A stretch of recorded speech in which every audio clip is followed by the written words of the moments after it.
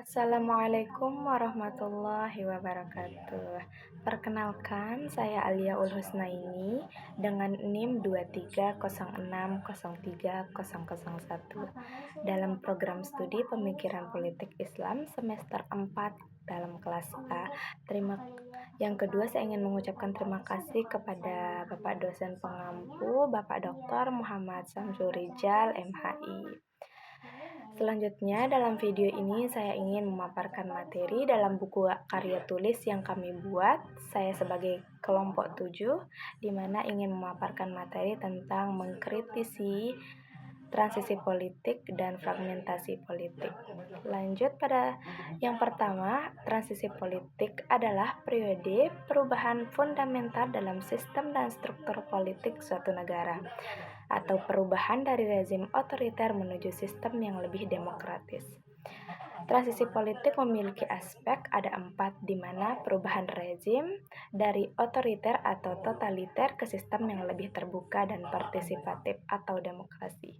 Yang kedua, ada perubahan institusional, perubahan besar dalam lembaga-lembaga negara seperti konstitusi, sistem pemilihan umum, parlemen, dan peradilan. Yang ketiga, ada perubahan kepemimpinan, pergantian kepemimpinan politik melalui pemilihan umum, revolusi, atau kudeta. Yang keempat, ada dinamika sosial dan ekonomi. Transisi politik mempengaruhi dan dipengaruhi oleh kondisi sosial dan ekonomi masyarakat. Atau lebih jelasnya pada era reformasi 1998, di mana perubahan dari rezim Orde Baru yang otoriter di bawah Soeharto menuju sistem yang lebih demokratis. Lanjut pada fragmentasi politik adalah suatu kondisi di mana terdapat banyak kelompok atau partai politik yang berbeda-beda dengan kepentingan dan ideologi yang beragam sehingga membuat proses pengambilan keputusan politik menjadi lebih sulit dan tidak efektif. Fragmentasi politik juga dapat menyebabkan ketidakstabilan politik, kesulitan dalam mencapai konsensus, dan bahkan dapat memicu konflik. Ciri-ciri fragmentasi politik di mana banyaknya partai politik atau kelompok kepentingan yang berbeda-beda, perbedaan ideologi dan kepentingan yang tajam antara kelompok-kelompok partai, dan kesulitan dalam mencapai konsensus dan membuat keputusan politik, ketidakstabilan politik, dan potensi konflik. Lanjut pada hubungan antara keduanya, antara transisi dan fragmentasi. Transisi politik dapat menciptakan peluang bagi terbentuknya struktur politik baru, termasuk partai dan kelompok-kelompok baru. Sedangkan fragmentasi muncul sebagai hasil dari transisi politik ketika sistem politik berubah dan banyak suara, kepentingan yang berbeda bersaing untuk mendapatkan pengaruh. Konsep yang menghubungkan transisi dan fragmentasi. Yang pertama, dinamika sosial dan ideologis. Transisi dapat muncul berbagai pandangan dan kepentingan yang berbeda yang dapat menyebabkan fragmentasi. Yang kedua, stabilitas dan ketidakstabilitasan, di mana transisi dapat menyebabkan ketidakstabilitasan politik dan fragmentasi dapat melemahkan stabilitas politik. Yang ketiga, ada keterwakilan dan partisipasi.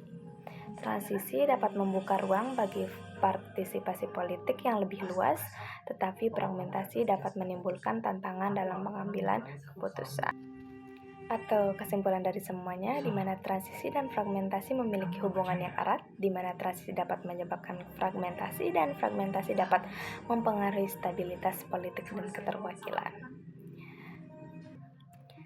Sejarah transisi politik di Indonesia dimulai pada masa penjajahan Belanda, kemudian muncul gerakan nasionalisme yang memperjuangkan kemerdekaan dan hak-hak rakyat.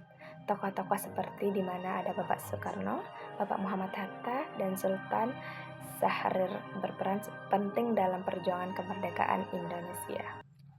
Di masa Orde Lama 1945 sampai dengan 1966 dipimpin oleh Presiden Soekarno, sistem presidensial berlaku hanya 8 tahun.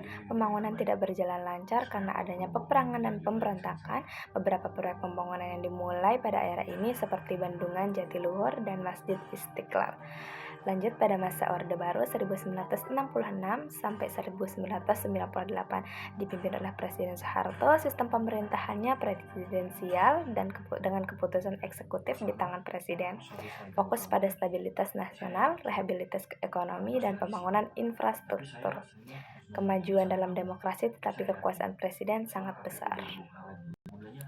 Sedangkan pada masa reformasi 1998 sampai dengan sekarang dimulai pada pengunduran dari Soeharto dan dimulainya kepemimpinan B.J. Habibie.